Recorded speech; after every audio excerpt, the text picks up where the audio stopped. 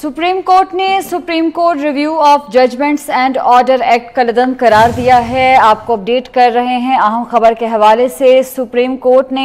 Supreme Court review of judgements and order Act कलअदम करार दिया है। अमानत गशकोरी से तफसीलात जानते हैं। अमानत, बताइएगा तफसीलात। जी, सुप्रीम कोर्ट ने Supreme Court review of judgements and order Act कलअदम करार दे दिया है। सुप्रीम कोर्ट ने यह करार दिया है कि हुकूमत ने जो एक्ट जारी किया था वो खिलाफ आइन है और कानून की नज़र में एक्ट को बरकरार नहीं रखा जा सकता। और सुप्रीम कोर्ट ने एक्ट के खिलाफ जो 3 दरख्वास्तें आई थी वो मंजूर करते हुए Supreme Court review of judgements and order act जो है वो कलअदम करार दे दिया है। और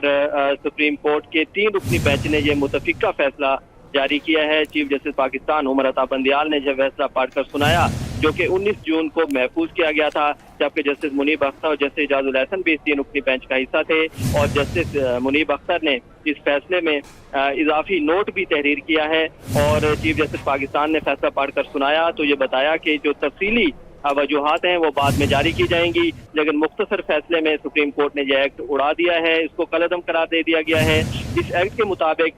नून लीग की जो हुकूमत थी ये उन्होंने अपील का हक दिया था कि आर्टिकल 184 3 यानी जितने भी अवामी मफाद के मुकदमात हैं उनमें अपील का हक होगा। और सुप्रीम कोर्ट जो है वो नज़रसानी को अपील के दायरे कार में सुनेगी और जो बेंच होगा वो मरकजी केस सुनने से बड़ा होगा। जो अपील सुनेगा वो लार्जर बेंच होगा। इसके अलावा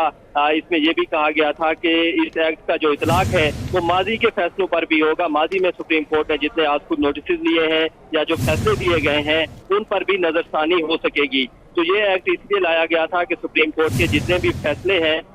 वो जो है उस पर नजरसानी का जो है वो हक दिया गया था। तमाम आज सुप्रीम कोर्ट ने नजरसानी का हक देने का जो एक्ट था वो कलअदम करार दे दिया है। और सुप्रीम कोर्ट के मुख्तसर फैसले में ये बताया गया है कि ये जो एक्ट बनाया गया, जो कानून बनाया गया, ये सुप्रीम कोर्ट की मशावरत से नहीं बनाया गया, बल्कि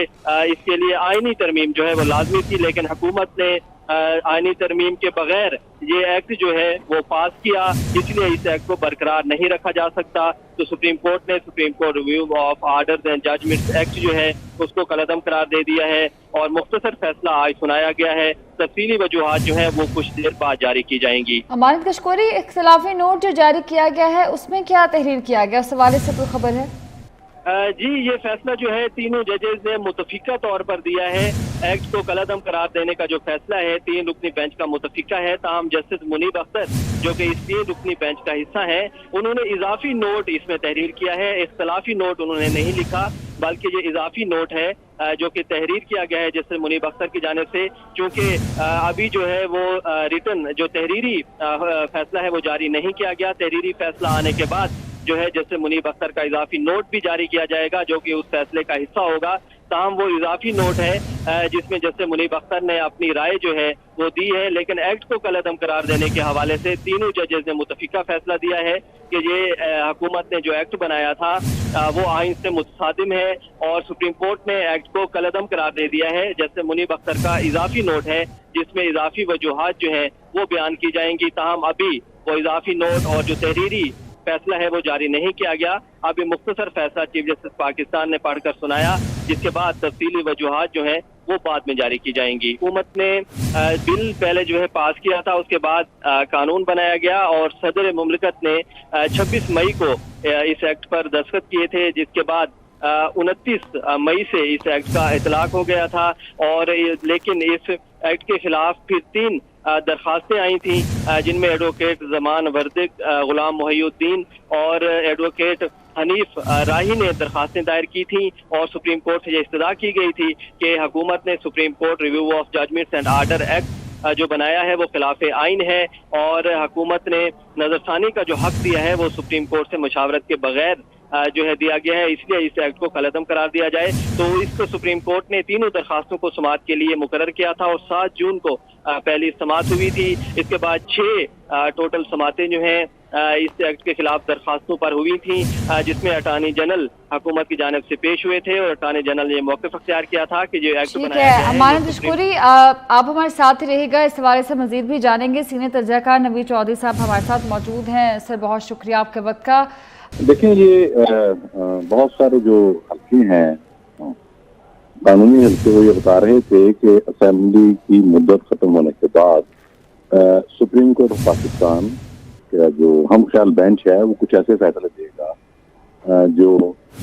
پچھلی حکومت کے لیے ابھی تک تو ظاہر ہے شہباز شریف وزیر اعظم اس کے لیے امبیرسمنٹ کریٹ ہوگی، تو وہ اندازے درست ثابت ہوئے۔ جیسے ہی اسمبلی کی مدت ختم ہوئی تو آج انہوں نے ریویو اینڈ ججمنٹس پر اپنا حکم جاری کر دیا۔ ہو سکتا ہے اس طرح کے کچھ اور فیصلے بھی آئیں لیکن سسٹین نہیں کریں گے۔ بنیادی طور پر یہ وہ فیصلے اس قانون کے تحت سنے جانے تھے یا ریویو ہونا تھا جو بہت زیادہ متنازع،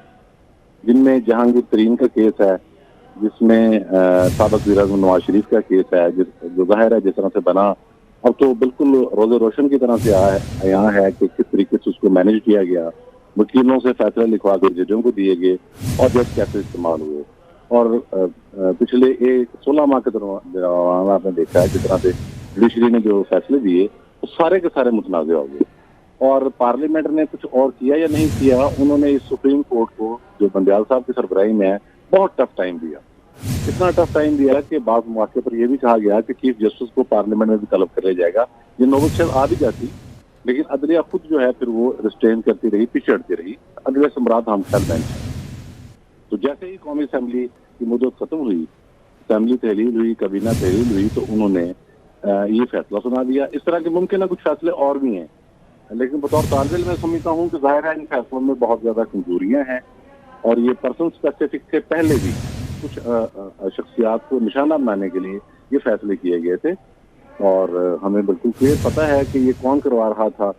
اسٹیبلشمنٹ کے لوگ تھے پچھلے جو ان کو بتاتے تھے کہ اس شخص کے بارے میں یہ فیصلہ کرنا ہے دوسرے، تو یہ معاملہ چونکہ عدالتوں کے احتساب کا سسٹم یہاں موجود نہیں ہے ملک کے اندر، فیصلے کیس بھی خود ہی لگاتے رہے ہیں، وکلا بھی اپنی مرضی کے بلواتے رہے ہیں، ابھی ظفر صاحب وہاں جا کے بتاتے رہے ہیں جی کہ آئینی ترمیم ضروری ہے، یہ معاملہ ضروری ہے۔ یہ بینچ بھی آپ نے دیکھ لیا کہ chief justice Amrita Bandial, justice اعجاز الحسن مشہور زمانہ نگران جج، اور جسٹس منیب اختر جنہوں نے پہلے کانسٹیٹیوشن بھی ری رائٹ کیا ہوا ہے، ان کے جج ہی ان کے بارے میں کہتے ہیں اندازہ لے، یہ انہوں نے لکھا ہے، تو یہ فیصلہ تو انہوں نے کر دیا ہے، ظاہر ہے ان کے پاس میکسیمم یہی آپشن تھی، لیکن آنے والے دنوں میں ظاہر ہے ستمبر میں چیف جسٹس صاحب بھی چلے جائیں گے، اور سپریم کورٹ میں جو ہے وائن ٹرپ جو جج ہیں وہ سارا معاملات کو سنبھال لیں گے اور دیکھیں گے اور اس کا جائزہ لیں گے، اور اس کے لیے ساری جو غلطیاں وہ تو آپ کو ساری غلطیاں جو ہیں ان کی تصحیح کرنی پڑے گی، لیکن عمل تو تب ایک ٹھوس اور مستحکم ہوگا عدالتی عمل جب احتساب بھی ہو اس طرح کے فیصلے کرنے والوں کا، تو دیکھتے ہیں آنے والے دنوں میں کیا ہوتا ہے۔ لیکن بطور طالب علم میں سمجھتا ہوں کہ انہوں نے تو یہی فیصلہ کرنا تھا، لیکن یہ بھی سسٹین نہیں کرے گا اگلے مہینے یا اس اگلے مہینے۔ بہرحال یہ ریویو آف ججمنٹ والا جو معاملہ ہے یہ دوبارہ آئے گا عدالت کے اندر، بڑے بینچ میں آئے گا اور یہ بحال ہو جائے گا۔ دیکھیں پٹیشن تو خیر کوئی پرائیویٹ کلائنٹ کوئی بھی دائر کر سکتا ہے نا، یہ تو مفاد عامہ کا معاملہ ہے نا جی، جہاں آپ کچھ افراد کو غلط فیصلوں کے ذریعے نشانہ بنا رہے ہوں، سیاسی فیصلوں کے ذریعے، کبھی جنرل فیض امید کسی جج کے گھر جا رہے ہوں، کبھی کوئی اور صاحب کر رہے ہوں، کہیں قرآن وسیم لیاقت کوئی کام کر رہا ہو، کہیں ججوں کی فیملی انٹرسٹ آ رہی ہوں، تو یہ سارے معاملات جو ہیں ظاہر ہے یہ بالکل کلیئر ہیں، اس میں کوئی بھام تو نہیں ہے، تو وہ معاملہ کس لیے یہ دیکھیں بینچ بنتے ہیں 9 رکنی اور سمٹ کر وہ آ جاتے ہیں 3 رکنی پر، 3 رکنی بینچ بھی ہو جس پر انگلیاں اٹھائی جا رہی ہیں، مطلب ظاہر پوری پارلیمنٹ نے پورے ملک کی سیاسی باتوں میں اٹھائی، تو ان کی پوزیشن پہلے والی بھی نہیں رہی، پہلے والی پوزیشن ہوتی تو شاید